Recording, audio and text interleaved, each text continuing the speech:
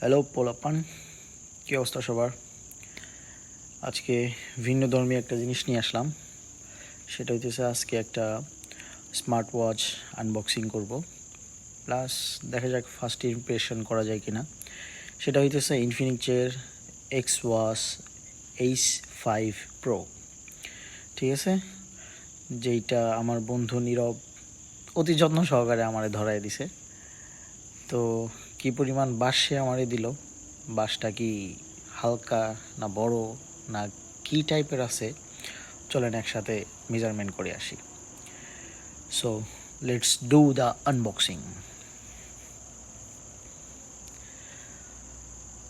তো এই হইতেছে বক্সিং।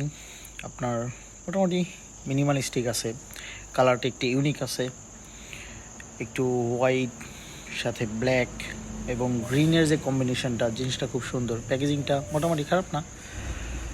বক্স খোলার সাথে সাথে পাইলাম একটা হইতেছে ওয়ারেন্টি কার্ড। ওয়ারেন্টি আসলে ভ্যালু করে, অনেক সময় করে না।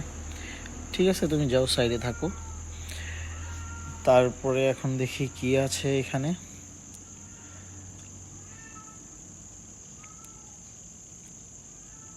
এইখানে হইতেছে আপনাদের ইউজার ম্যানুয়াল, যেটা এখন সবচেয়ে অবহেলিত জিনিস বলতে পারেন।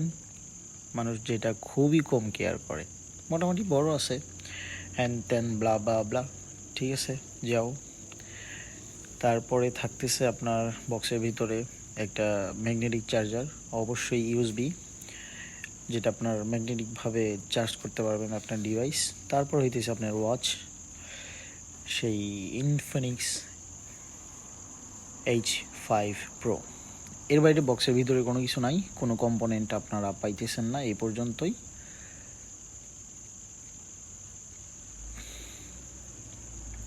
এখন আমরা ওয়াচটা অন করি।